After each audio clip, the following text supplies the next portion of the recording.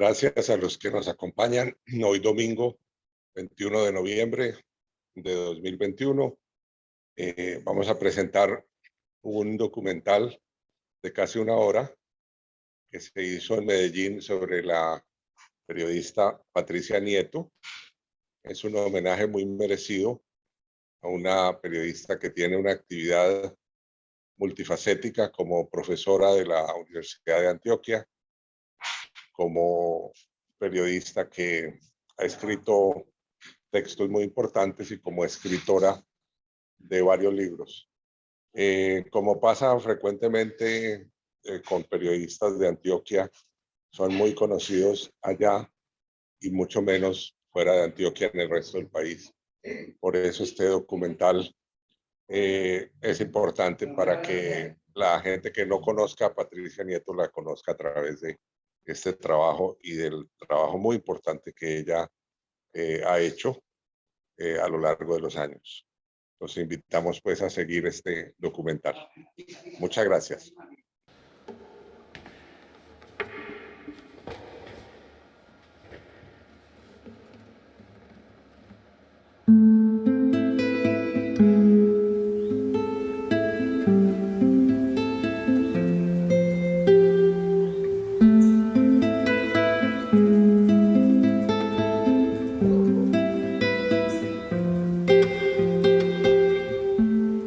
Yo tengo un amigo que se llama Omar Rincón y él me dice, en las charlas cuando vamos juntos, él dice, no, la del periodismo lento, él fue el que me hizo caer en cuenta del periodismo lento. Como todo es despacio.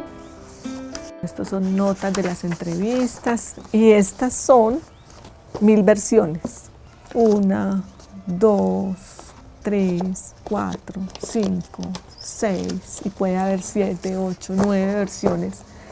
Yo empecé a trabajar ese libro en el año 91 y se publicó finalmente en el 2008. O sea que es mucho tiempo de espera, pues de trabajo y de espera. Ella deja que eso se destile a través de ella y que su capacidad de interiorizar algo hace que ella sepa si eso va a salir ya o no va a salir ya. La riqueza de Patricia es el periodismo. Si tiene tiempo para rumiar, rerumiar, repensar, soñar y desatar toda esa fuerza interior en un poema que se llama una crónica, una noticia bien escrita, analítica, un reportaje maravilloso. Si Patricia llegó a eso, está en el Olimpo, ya que Zeus se encargue de ella.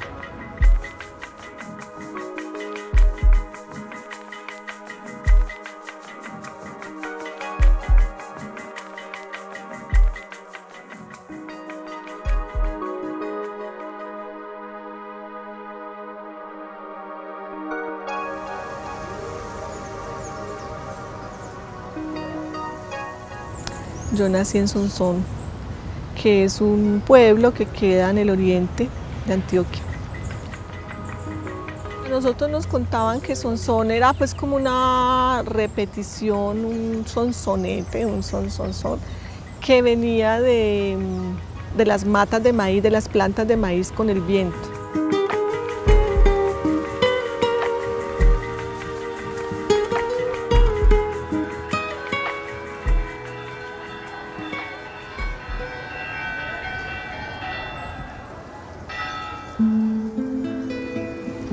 Nosotros crecimos en una calle que se llama la Carrera Novena y es pues toda mi niñez y bueno, mi adolescencia pasó allí.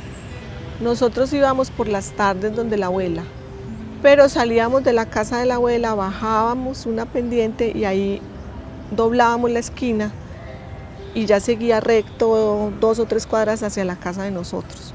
Y al doblar ahí venía todo el viento del páramo. Es como el cruce de esas esquinas donde uno siente ese hielo que casi corta, que uno cree que lo está rayando.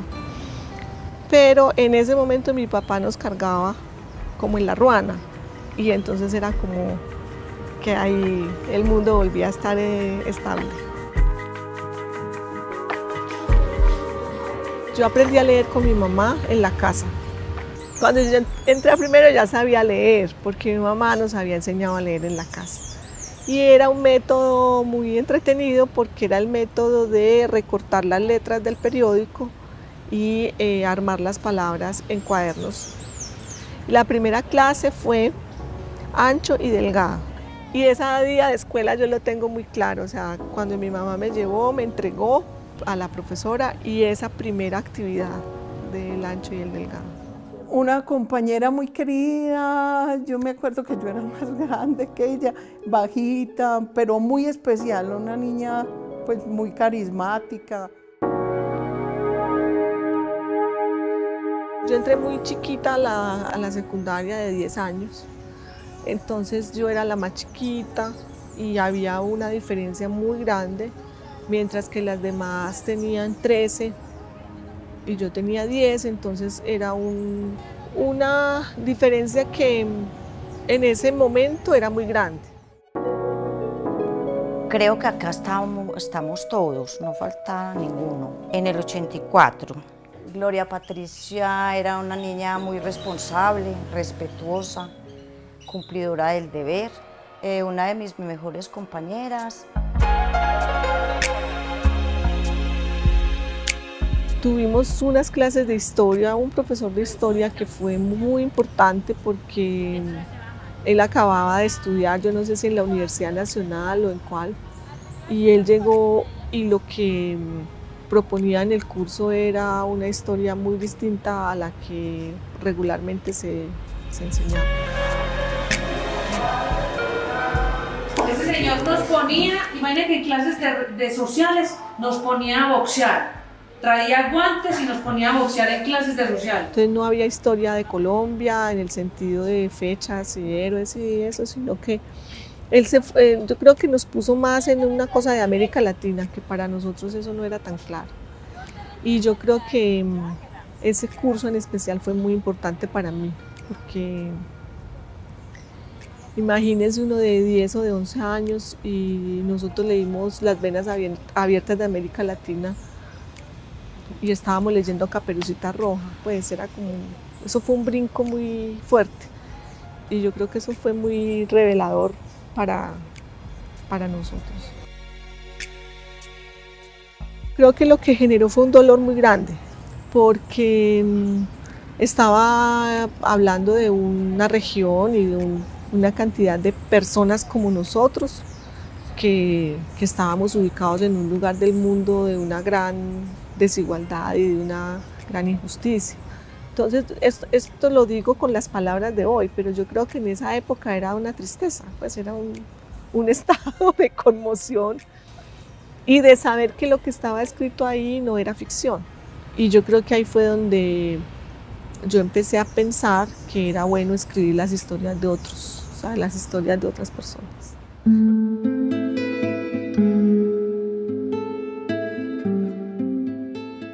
Esta fue la despedida del colegio. Y por acá está Patri.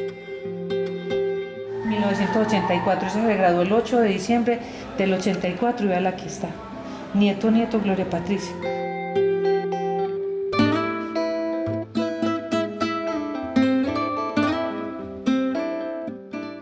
Para mi papá y para mi mamá era muy importante que nosotros saliéramos y que no permaneciéramos después del colegio. Yo sabía que quería ser periodista, lo sabía por ahí desde los 13 años, 12. No sabía que eso en ese momento se llamaba comunicación social.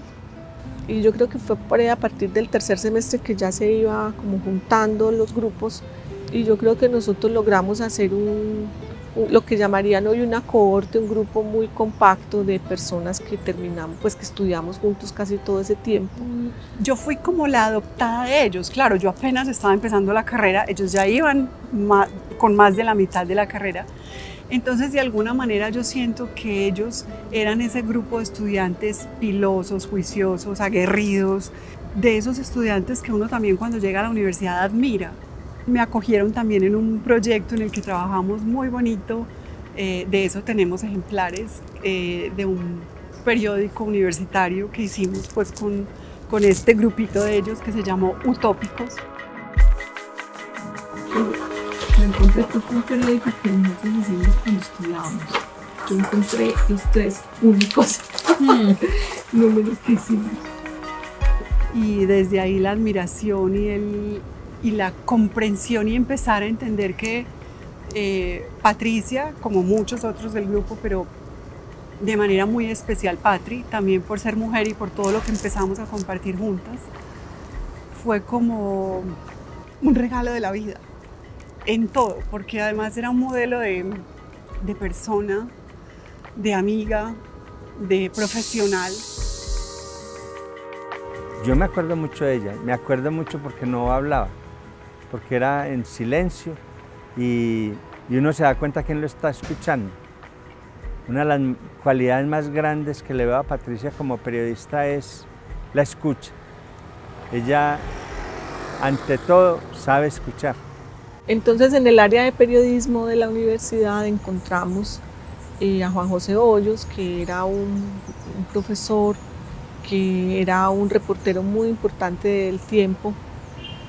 Juan José nos mostró la manera de conectar la literatura con el periodismo.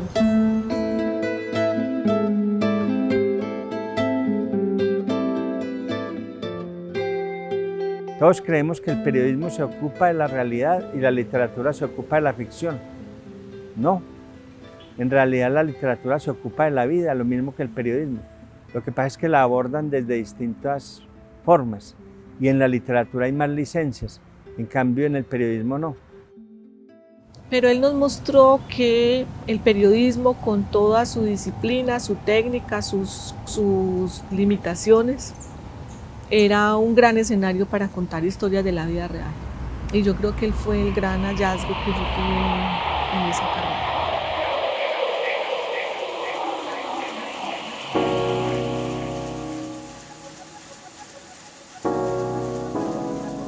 Yo me fui a hacer la práctica al periódico El Mundo, que en ese momento era un periódico con mucha vitalidad. Porque el periódico El Mundo revolucionó un poquito todos los conceptos que había en términos periodísticos, tanto en los contenidos, como en el diseño, como en la fotografía. Yo en el Mundo llegué, como llegamos todos, a la sección urbana, a la sección que se llamaba Ciudad, y me tocaba apoyar a la persona de policía, porque siempre el novato llega a policía.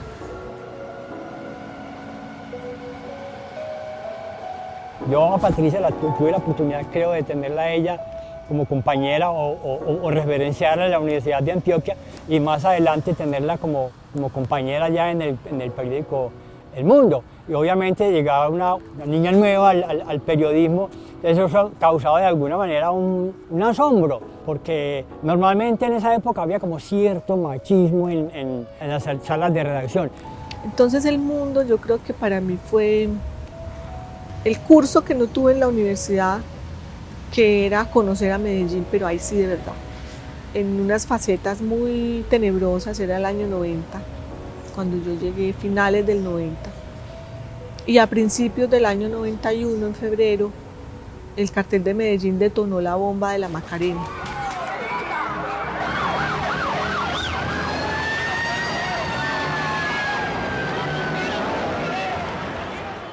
Antes de la medianoche, mi ciudad sabía que la explosión de un carrobomba cargado con 200 kilos de dinamita había matado a 25 personas y herido a 180.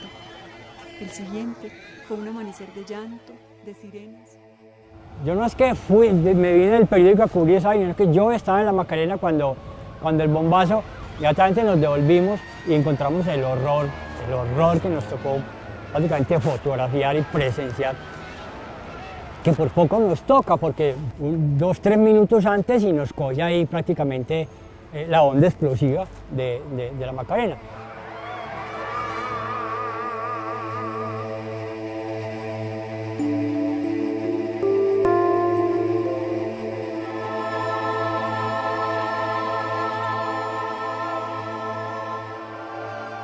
Recuerdo el testimonio de un indigente, un habitante de calle, que me contaba que él estaba al frente del lugar cuando sonó la bomba y él quedó aturdido. Y a mí aturdimiento y de su desesperanza y veía bajar pedazos de cuerpos, ese bombazo terrible. Ese fue uno de los muchos bombazos que le tocó vivir a Patricia en aquellos años terribles del periodismo.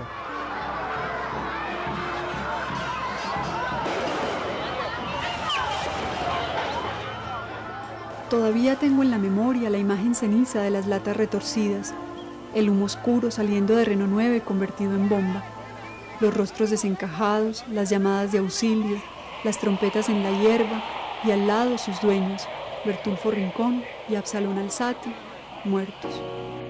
Y yo digo que ese fue mi bautizo de fuego.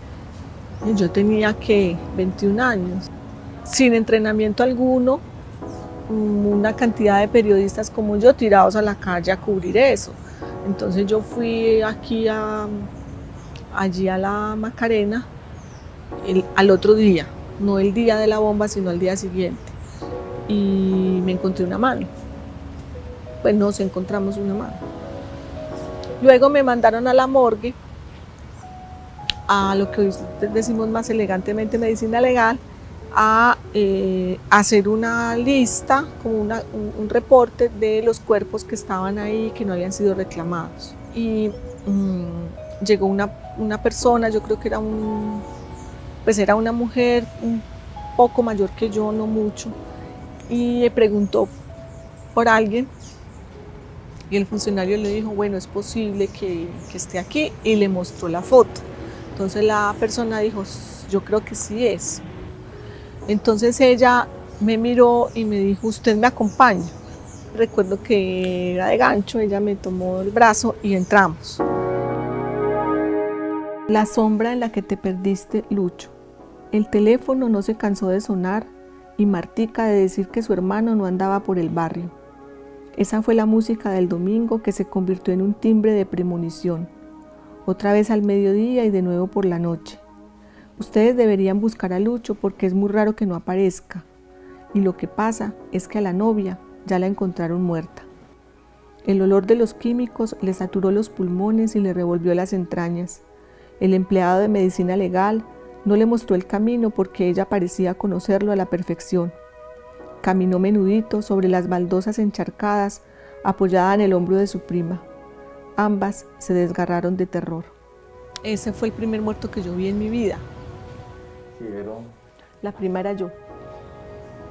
Yo me fui al periódico y yo llegué muy triste, pues como muy descompuesta, y el jefe de redacción le dijo a un reportero un poco mayor, que hoy es editor en El Colombiano, que hablara conmigo. Entonces me llevó al centro de documentación y más o menos lo que me dijo fue algo muy simple, como esto es así, esta es el primero de muchos y usted está a tiempo porque usted está muy chiquita, usted está haciendo la práctica, lo toma o lo deja, y se fue y me dejó ahí.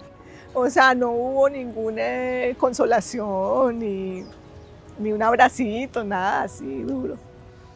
El periodismo se lleva adentro, se lleva en el alma, y cuando el alma es parte del periodismo, eso no la arrebata a nadie. Yo en El Mundo escribí muchísimo, yo creo que yo escribía 2 páginas al día, y escribía el sábado y escribía el domingo. O sea, eso fue un tiempo que eran crónicas cortas, pero escribí 2 páginas al día. Yo creo que hoy yo no sería capaz de hacerlo, ¿cierto? Porque... Y de ahí me fui a una revista en el Poblado, o sea, en el otro lado, que se llamó la revista La Hoja de Medellín. Esto es en La Hoja, se publicaba una vez al mes, entonces uno escribía un artículo en el mes. Yo sabía que ella en la redacción del Mundo tenía un lugar destacado, pero yo creo que la afinidad que ella sintió hacia La Hoja es que ella vio un periodismo que se podía hacer a fuego lento. Entonces eso a ella le llamó mucho la atención, porque ese periodismo diario es un periodismo a destajo, donde escoger los temas o hacer las cosas más despacio es muy difícil.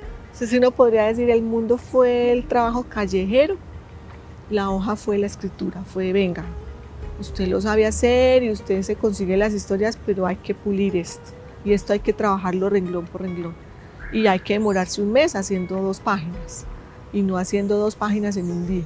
Y ella quiso hacer una cosa para la cual ella es muy, muy buena.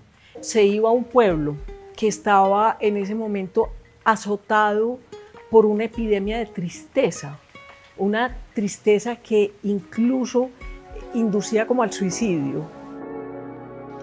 En 30 días, 9 personas se quitaron la vida en Guarne y 13 más fallaron en su intento. Cuando el sol rompió la neblina de Guarne, ya todo el pueblo sabía el cuento.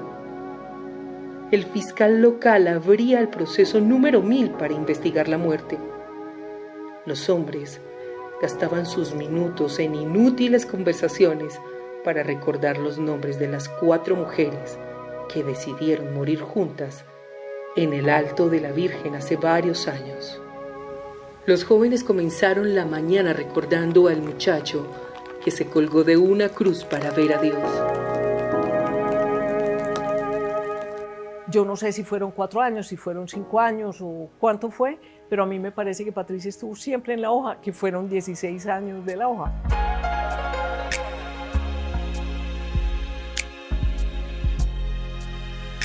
Después vino una relación muy bonita con Juan Fernando Espina y nos encontramos en un proyecto que luego se llamó Con el sudor de tu frente. Cuenta la historia de trabajadores, de gente de Medellín que hace un oficio, como obreros, maestros, costureras, modelos, taxistas. Y la más famosa puede ser una que le hizo a Natalia París, una entrevista, un perfil de ella, pero la mayoría son X, personajes que te cruzas todos los días de tu vida y que generalmente no nos detenemos a preguntarnos qué hay detrás. Como un rayo atravesó el poco trecho entre la 55 y el cruce con la 28. Por esa calle ancha y plana, como casi todas las del barrio Antioquia, caminó tan rápido que quienes a esa hora disfrutaban del último sorbo de una botella no saben todavía si lo vieron pasar o lo imaginaron. Un libro sobre oficios y trabajos en el que ya uno veía pues, como una voz muy propia, que tenía una relación con los personajes de mucho respeto, además de ponerse como en el lugar de ellos. Entonces yo diría que escritura compasiva puede ser otra manera de definir el trabajo de Patricia. Sí hay un momento que es importante. Yo fui a Machuca cuando el ELN voló el oleoducto y se presentó ese incendio. Estuve allá muchos días para un periodista, como 5 noches. Y bueno, recogí testimonios, todas esas cosas. Yo volví a Medellín a tratar de procesar esa información y no la pude procesar hasta hoy. Es decir, la historia de Machuca yo no la escribí. Cuando volví, yo escuchaba las grabaciones, eso era en grabadora de tecla. Miriam, ¿cómo es tu familia? Hola, ¿qué tal? Yo escuchaba los testimonios de la gente y las personas que yo entrevisté hablaban en un tono muy extraño, parecían voces dramatizadas, no parecían voces espontáneas. La bulla de eso, la candela hacía bulla. Yo era cuando abro las ojos veo todo amarillo, como una luz amarilla. Yo hice un corto, pensé yo que era de la luz. O sea, yo no lograba sacar 3 frases con hiladas de un personaje. Encontró por allá mucha gente quemada que les ayudaran, pero yo no podía ayudarles porque yo tenía que regalar a mi regalar la familia mía. Yo no podía porque había muchísimos. Entonces yo oía y oía y oía. Y por allá hay una persona que dice, es que yo no quiero hablar, yo quiero que los muertos hablen que mis muertos hablen por mí. ¿Y cómo iba ella? Ella toda quemada, desnuda, toda quemada, con las meras bilachitos ahí. Ella no podía caminar. Ella no estaba, digamos, quemada en carne viva como mucha gente que botaba sangre, pero sí estaba pelada. Estaba enrollada de los pies, botada de los hielos, como si fuera un palo cuando bota la concha. Yo lo que deduje muy empíricamente es que las personas estaban en un estado de pánico, de shock nervioso y no eran entrevistables. Y nosotros las entrevistamos. Y si no eran entrevistables, no podés coger el relato que la persona dio y ponerlo en un periódico. Ese fracaso fue como una epifanía que uno podría decir en sentido negativo, porque bueno, no pudiste hacer lo que te tocaba hacer, y un llamado de atención y un deslumbramiento frente a la incapacidad propia, porque uno cree que todo lo puede, que todo es capaz de hacerlo y resulta que frente a eso yo no fui capaz.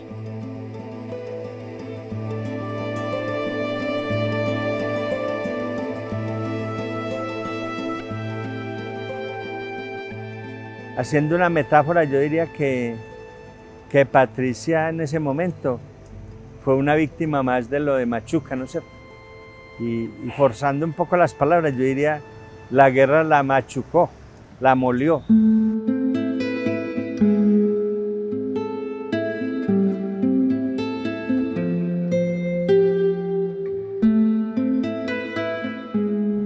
Se me ocurrió o pensé que sería interesante saber cómo las personas que han sobrevivido a estos hechos tan horrorosos pueden contar por sí mismas sus historias, y quise hacer un proceso de escritura en el que fueran ellos quienes directamente escribieran su relato, y que yo como periodista lo que hiciera ahí fuera una especie de acompañamiento, de motivación, de apoyo, de que ellos sintieran que había una compañía para hacer ese trabajo.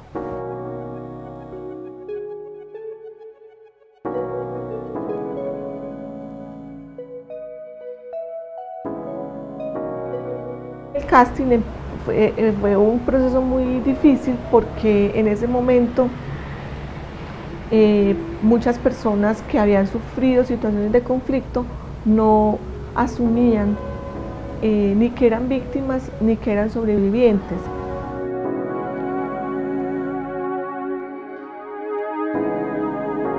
Un grupo de amigas del pueblo que también se desplazaron en esos días, en esa semana, nos dijeron que teníamos que declarar el desplazamiento. Entonces fuimos a la Defensoría del Pueblo, fuimos a Derechos Humanos. La ley de víctimas no estaba todavía en proceso de elaboración, no era una palabra que se aceptara en muchas poblaciones, no se entendía que eso tenía una dimensión moral y una dimensión legal, y que reconocer esa situación de haber sido vulnerado y de haber sido ofendido, de haber sido victimizado, le daba a quienes lo sufrieron un estatus distinto en la sociedad.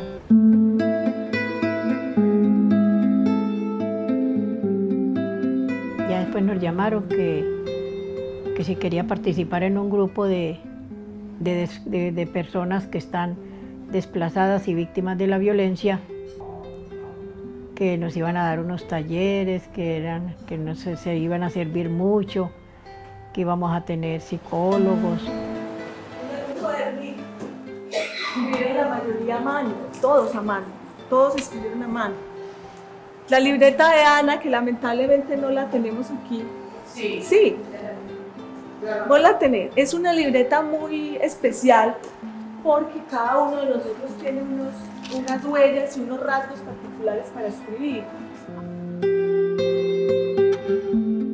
Lo que teníamos nosotros que hacer era como ir a buscarlos un poco, como ir a contarles de este proyecto, una experiencia que para ellos era nueva, y de convencerlos, esto para qué nos va a servir. Más que el objetivo de un libro, el objetivo era un proceso en el que las personas pudieran de alguna manera contar su historia y sin muchas exigencias, digamos que en el tipo de escritura, más bien liberar como esa capacidad de escritura de las personas para contar esas cosas que tenían allá trancadas, atascadas, que no las dejaban vivir, que necesitaban superar para poder seguir. Recuerdo mucho que Patricia en el primer taller acompañaba al grupo de mujeres. Después de que hicimos los talleres colectivos, ella se iba a las casas de ellas a a revisar los textos, se tomaban el algo, hablaban de cosas de la vida. Aquí nací y aquí me voy a morir. Ya nos presentaron a Patricia, ya ella vino directamente hasta acá. Cuando Patricia vino acá, la casa era totalmente distinta. Yo digo que Patricia viniendo en este momento, ella no distingue la casa. Patricia Nieto estaba ahí, ella apareció cuando ya fuimos a escribir este libro. Y este es mi libro, que se llama 3 sucesos amargos, vea. Este libro narra la historia de una familia humilde, llena de sueños e ilusiones. Aquí están todos mis hijos, estaban chiquitos. Es el mayor que me mataron, aquí tenía como 12 años. Estando todavía en el pueblo, el jefe de los paracos dijo que ese monito le caía muy mal. Cuando oí esos rumores, mi corazón se hinchó de dolor y mi alma se llenó de amargura. Eso es algo muy horrible. Un desplazamiento, no se lo deseo a nadie. Donde uno deja a su familia, a sus hijos, no, todo. Un hijo en el cementerio, todo. Eso es muy, muy espantoso.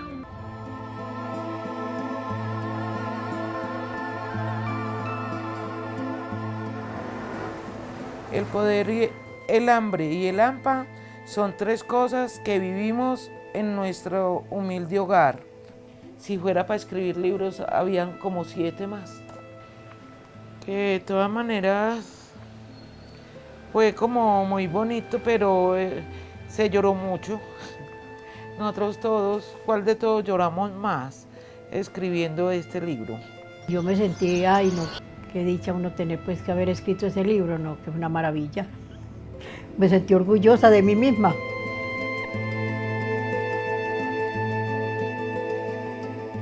Yo creo que lo que significó ese momento para mí, ese brinco, ese arco, no solo de tiempo, sino de mucho pensamiento entre Machuca y Jamás olvidaré tu nombre,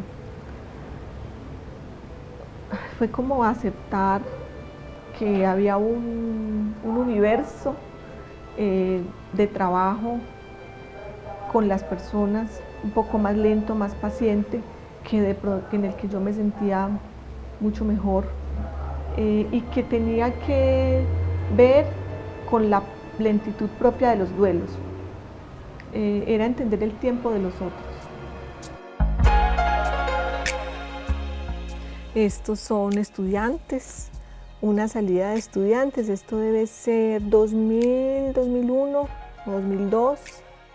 Yo creo que ser profesora de periodismo es pues una parte fundamental de mi identidad, pero también es un ancla para que el ejercicio que yo he hecho de la profesión tenga un alto contenido de reflexión.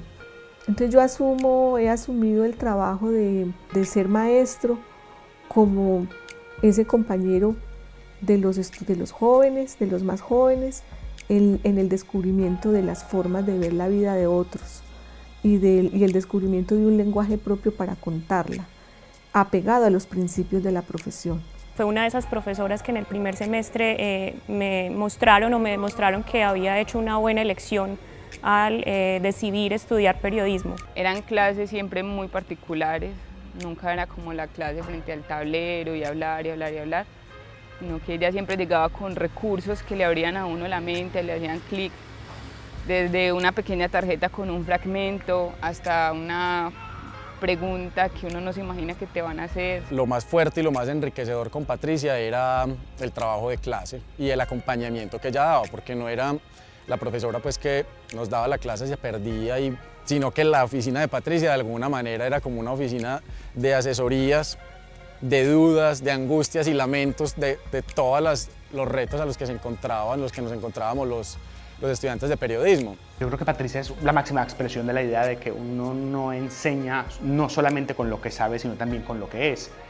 Cuando uno lee a Patricia y ha estado en clase con Patricia, uno se da cuenta que más allá de un esfuerzo por la técnica o un esfuerzo por aprender realmente el arte y el equilibrio de la narración y la descripción, lo que hay en Patricia en el fondo es un interés total por ponerse en el lugar del otro y por empatizar con el otro.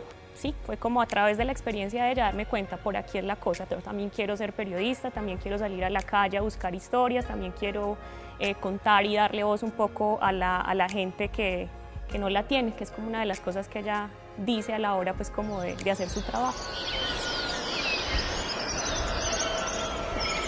A las 5 la algarabía de los animales es insoportable en Caicedo. Azulejos, colibríes, gavilanes, guacharacas, pechirrojos, silgas, sinsontes, garrapateros, toches y turpiales producen música, mientras que el cielo pasa de negro a violeta, de violeta a rojo, de rojo a naranja, de naranja a azul mañanero. Y ahí entra ya Alicia, el personaje, ¿cierto? Todo entablado, todo entablado. Un polvero horrible. Cuando hice la primera comunión, mejor dicho, esto es una cosa lo más de fea. Estos son como borradores de las estructuras narrativas del texto de Caicedo. Llanto en el Paraíso es un libro que recoge 3 historias. La primera historia reconstruye una toma guerrillera muy fuerte que destruyó el municipio de Caicedo y parte de un Vía Crucis, o sea, de una Semana Santa, y a través de la Semana Santa voy contando como los antecedentes del municipio y del conflicto en esa región para que llegara a presentarse un acontecimiento tan fuerte como esa toma guerrillera. La última cena, pues la gente a la intemperie, que esto pues es parte de lo que se cuenta en la crónica, ¿cierto? Como una comunidad católica vive estos momentos, ¿cierto? Aquí estoy yo, en la reportería. Amenazado por el peso de la plancha averiada que se balancea con el viento, un angelito de mármol encargado de acunar una concha de mar llena de agua bendita sigue atado a la columna que lo ha sostenido desde hace 70 años. Solo unos cuantos pasos adelante de la plancha amenazante, el pueblo de Caicedo reza bajo el agresivo sol del Viernes Santo.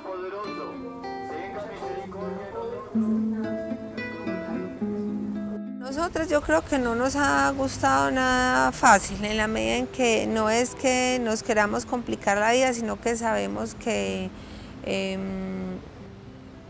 que la vida fácil no te va a dar la información que vos requerís, ¿cierto? Creo que es más o menos 2003 o 2004, hemos estado juntas haciendo un trabajo independiente, un trabajo que no nos pagan, que no vendemos, que no está, pues digamos, dirigido de afuera, y que no solo nos acercó y nos ha acercado a temas difíciles, a temas muy complicados, sino que también nos ha acercado como cronista, fotógrafo y como amigas. Al final de todo esto, eso es lo que somos, muy buenas amigas.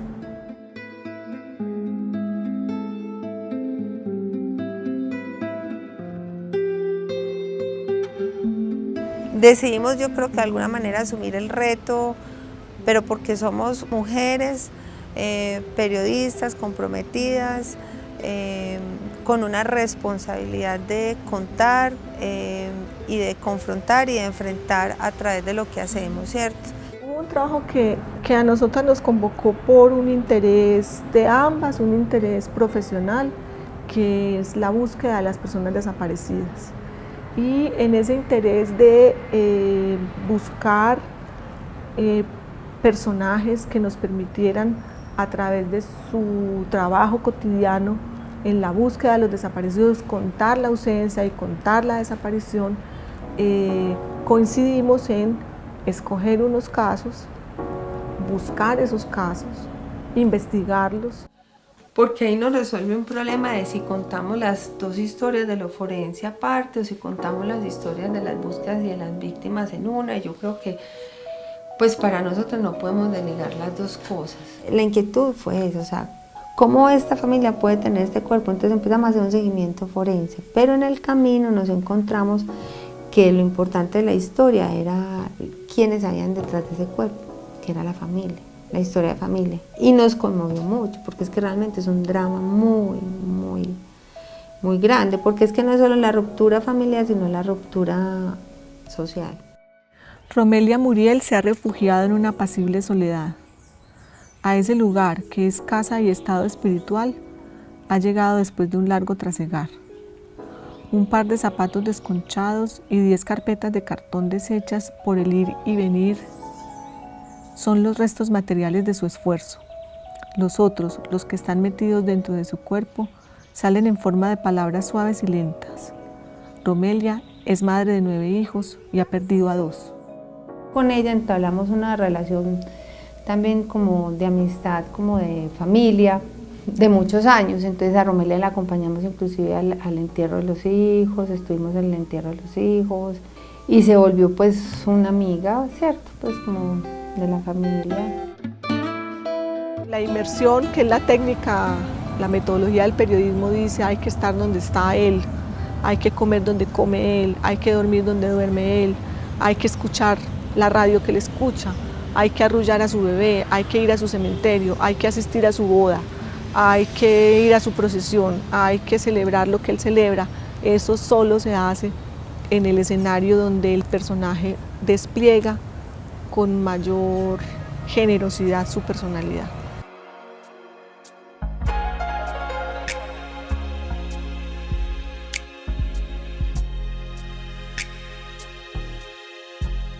O sea, yo en este disco tengo relatos.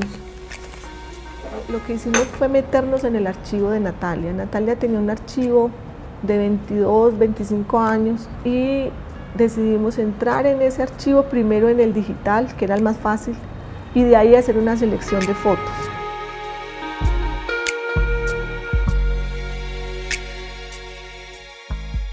Machuca, 18 de octubre de 1998. Pese a los 38 grados que soporta, marcha. Y allí vas tú, Cirineo, estropeado por el espanto. No cierran los ojos desde ayer, cuando presenciaste lo insoportable al alma humana. Tampoco has bebido porque no sientes la sed que seca de adentro hacia afuera. Caminas apenas, llevando al hombro a un muerto que no sabes quién es. Lo que logramos hacer fue invisibilizarnos nosotras para visibilizar nuestro trabajo, porque eso ha sido algo importante del trabajo de Patricia, que hemos compartido las dos. Aquí para nosotras no, y para ella no es importante el nombre ni quién es quien lo hace, sino el otro y el relato. Entonces yo creo que eso es lo que ha hecho también que ella y yo podamos trabajar juntas.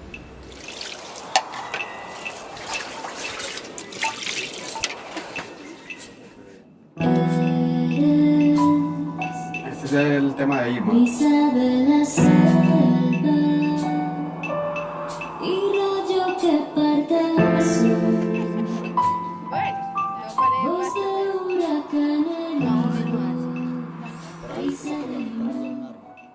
Yo escribo historias cortas que han permitido que los creadores de la música las vuelvan canciones.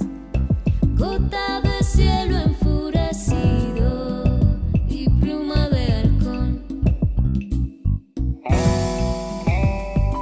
Por ejemplo, en el caso de los audiovisuales, ella los tenía ya muy elaborados los personajes, porque obviamente ella hizo parte también pues, de todo ese proceso de preproducción. Lo que yo también buscaba es respetar mucho el texto y buscarle la musicalidad dentro de la misma literatura que ella maneja, ¿cierto? Ella tiene una forma de escribir muy bonita y tiene también su ritmo, y es como tratar de encontrarle ese ritmo, esa musicalidad. Yo digo que son las mismas historias, solo que más corticas y que están como alimentadas por la virtuosidad de los músicos que las vuelven música, pero porque yo no soy música, no sé de música, no podría escribir en un pentagrama ninguna historia.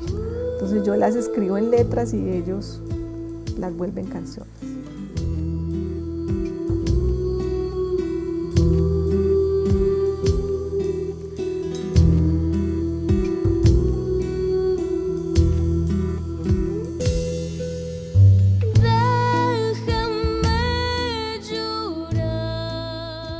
En esa canción primero estuvo la letra y luego estuvo la música, la letra es impresionante, ¿cierto? Pues también como que eso nos exigía darle como un estatus y una solemnidad también a lo musical y darle como un impacto, y creo que la canción quedó pues como muy bonita.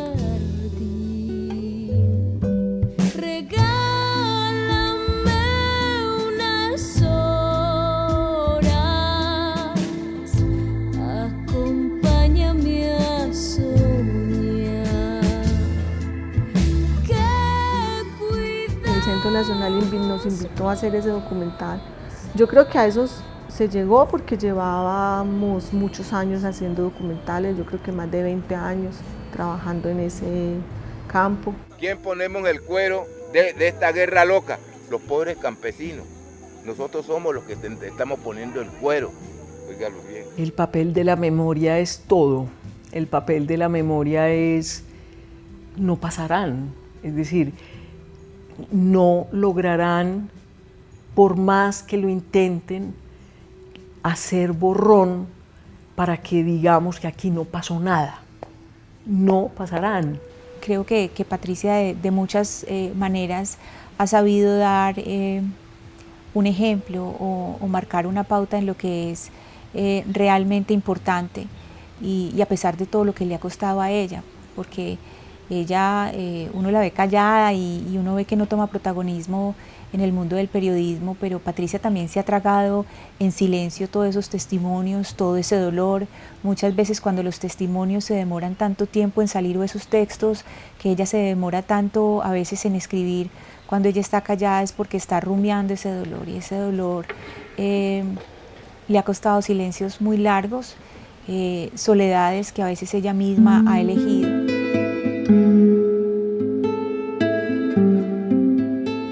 Las grandes historias dejan una cosa que se llama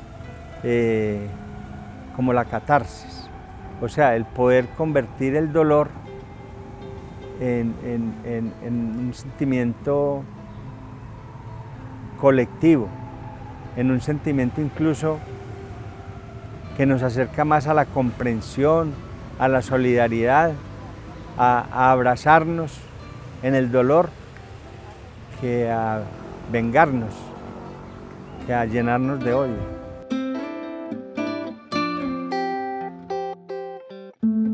A mí me alegra muchísimo que todo eso que ha hecho Patricia desde la vocación, la convicción, la generosidad, pues pueda llegar y se conozca por mucha gente.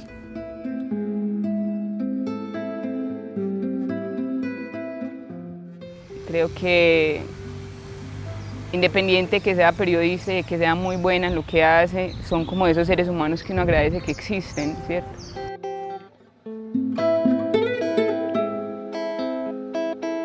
Ella es un ser bueno, es un ser muy bueno. Aparte pues en lo periodístico, en su forma personal es una persona maravillosa, pues que yo creo que la vida le tiene que estar destinada a cosas muy bonitas.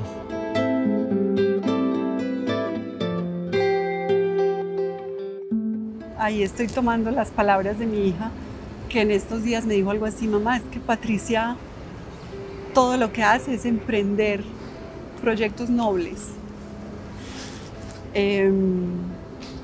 Y yo creo que la nobleza es un adjetivo que describe muy bien a Patricia.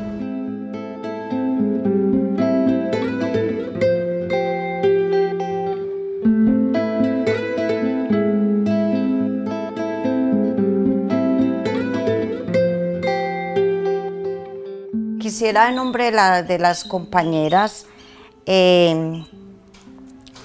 decirle que es una persona que ha plasmado huellas significativas en la vida de muchas personas.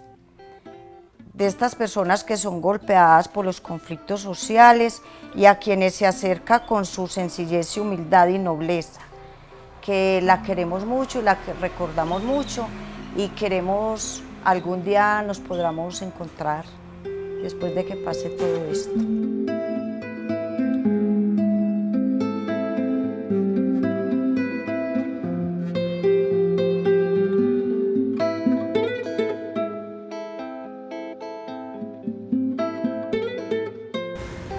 No, Patricia es un documental.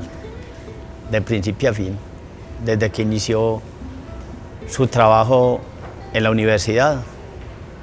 Luego se mete a los medios, comprende lo duro que es este oficio dentro de los medios, huye de los medios y sigue haciendo periodismo en lo que ella sabe hacer.